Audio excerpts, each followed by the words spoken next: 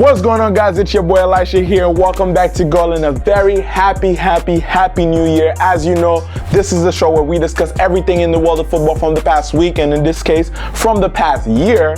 And as always, guys, by we, I mean myself, yours truly, and you, the amazing, astonishing, astounding, unbelievable people of the world of football. Guys, we got a lot to talk about. Actually, not that much to talk about. The year just started. But without further ado, anyways, let's get right to the business. Like I said, you guys, happy new year 2020. I have a great feeling about this year. I wish you guys all the best health, happiness, prosperity, security, all that great stuff. And in this year in football, of course, we got to talk about the fact that 2020 is a very important year. We got the Olympics coming up. We have the Copa America coming up. We have the Euros coming up. There's just a lot of very interesting Champions League this year. There's just a lot of very good competitions, as might be an unpopular opinion, but I have a really good feeling about the MLS this season. I feel like it's gonna just be a bit different than the previous years. We got some teams that are being introduced, also not specifically this year, but being introduced for years to come. So it's gonna be a very exciting year in football, a very exciting decade period, and I'm excited to embark on this journey, guys. So I hope that you got a good start to the year, but let's get to the football right now. Just to start off, and it's unfortunate that we have to be talking about such sad news in the beginning of the year, but this week, young 23-year-old French player Nathalie Julien from Guingamp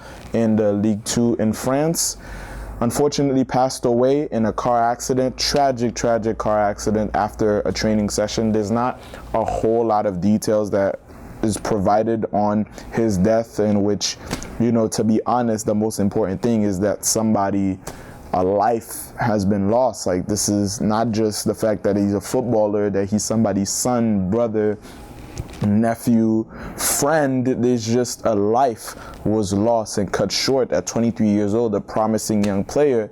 It's just a sad way to start off the year, man. And we send out our condolences to him and his family, especially, and his loved one, because this is a difficult time, and it's just a really unfortunate way to start out the year for that man. And I just sending out as much love and courage to his close people as possible. But with that being said, let's flip the script a little bit and go into some actual football. Let's start out with the Premier League, but I can't do so without my laptop.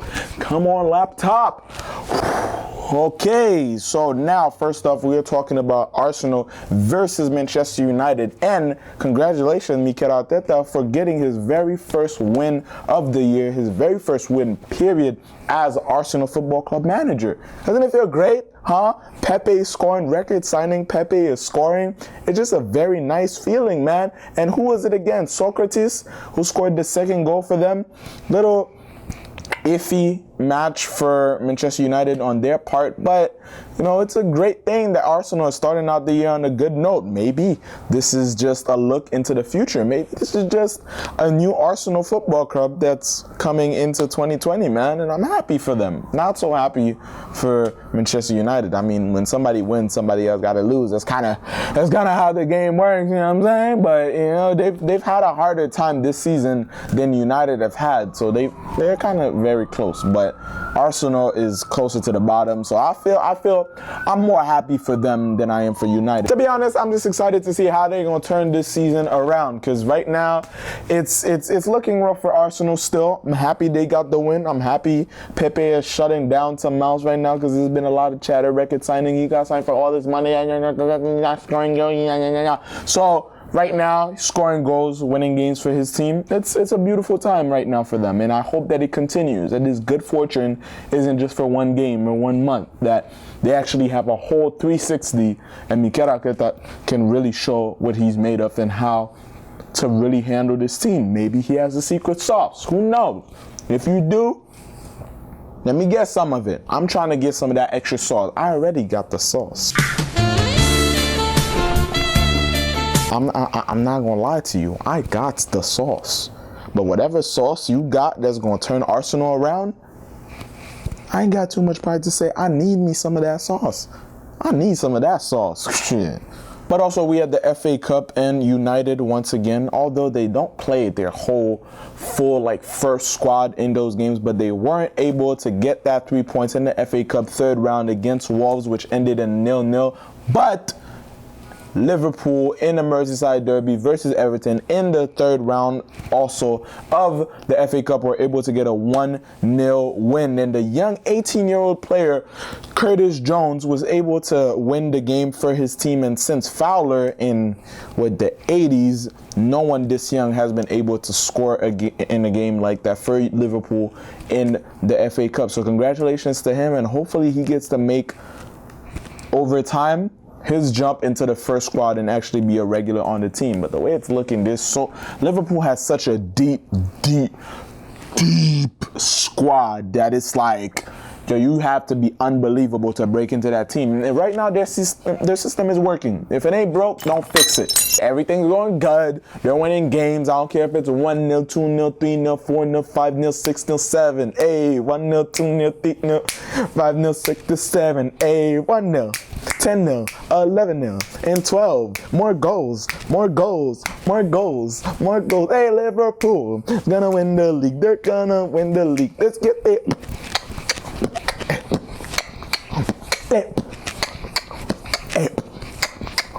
Van Dijk, out of spite. Mane, ole. Hey. Let's get it like pop. They twerk it, pop.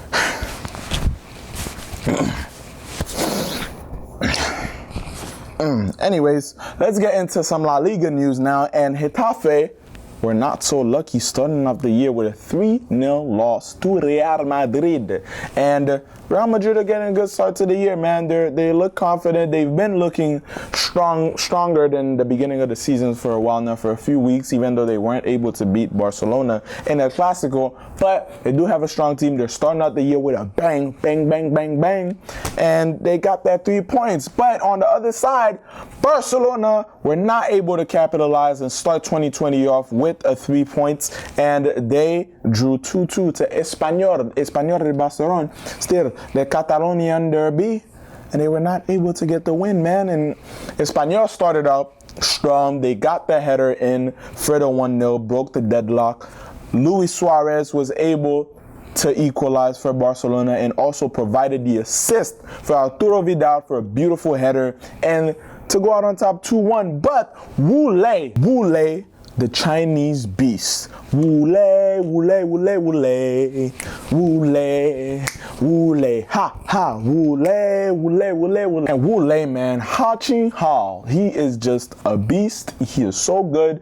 And that beautiful, man, far post shot to get it past, he's so good. He is so good. He was able to save Espanyol, and the points were shared. But because of goal difference, somehow Barcelona is still on top of La Liga. 40 points for them, 40 points for Real Madrid. And the battle is just going to keep going like that for the entirety of the season, I feel. And it's just, they're just inconsistent this season.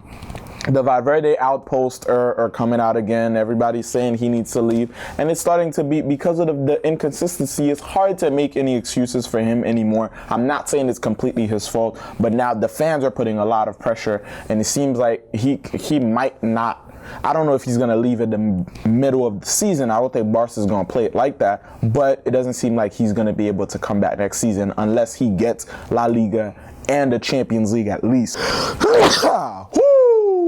That's what I'm talking about. But yeah, right now in La Liga, it's an all-out war between Real and Barcelona, and Atletico and Sevilla not so far off, 5 points behind, both of them at 35. The first four, right now the top 6 in La Liga is incredible. It's Barcelona, Real with both 40 points. Atletico and Sevilla both have 35 points, and you have Real Sociedad and Valencia both with 31 points. It's 2-2-2-2. It's just pairs of the same exact points. It's incredible. And speaking of war, there's some news about, I know you saw the thumbnail. I know you saw the title. I know that this was coming. It's important to know that war is not funny. People getting killed is not funny. People getting shot soldiers getting deployed, leaving their families, not knowing whether or not they will come back. None of that is funny.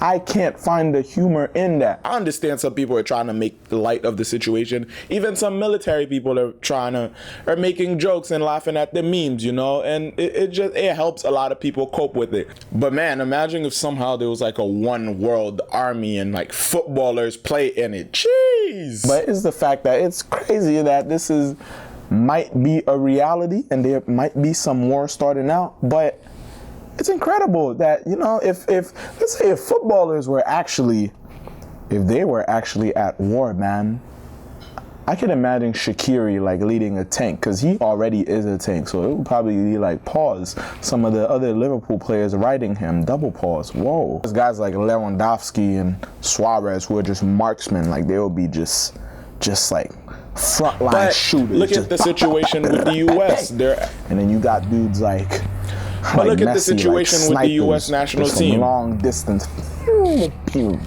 And then guys like Cristiano Ronaldo, because you already know he's just out here jumping like whatever. He would be in the Air Force leading those airstrikes.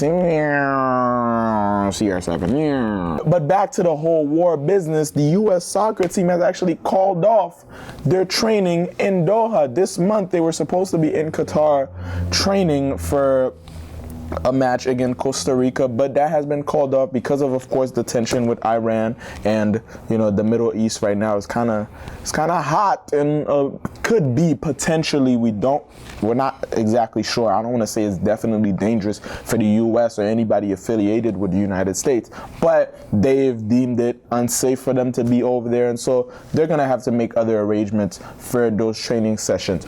What an absolute chaotic way to start off the new year. And I feel like this might be just a testament and just a preview of what this next year, what this next decade is gonna be. It's just hot, and it's crazy. No pun intended with the hot, but this just goes to show, man, this is gonna be a very, very interesting year. Very interesting year. But if you enjoyed this video, guys, as always, share this with your general, probably if you're getting drafted, with your sergeant, with your mommy and nanny, your daddy, your babysitter. Again, that girl across the street that you're too scared to talk to, go talk to her. Tell her about this. The pigeons that you see on the street, tell them to subscribe to the channel. I'm not playing with you. I love you all. Make sure you like, subscribe, check out the social media. Make sure you check out the music also in the description. Hope you guys are having a wonderful day, wonderful 2020. Stick to those goals, stick to those resolutions, and start working on them, and don't let up, man. I will see you guys in football's name next time on Goal.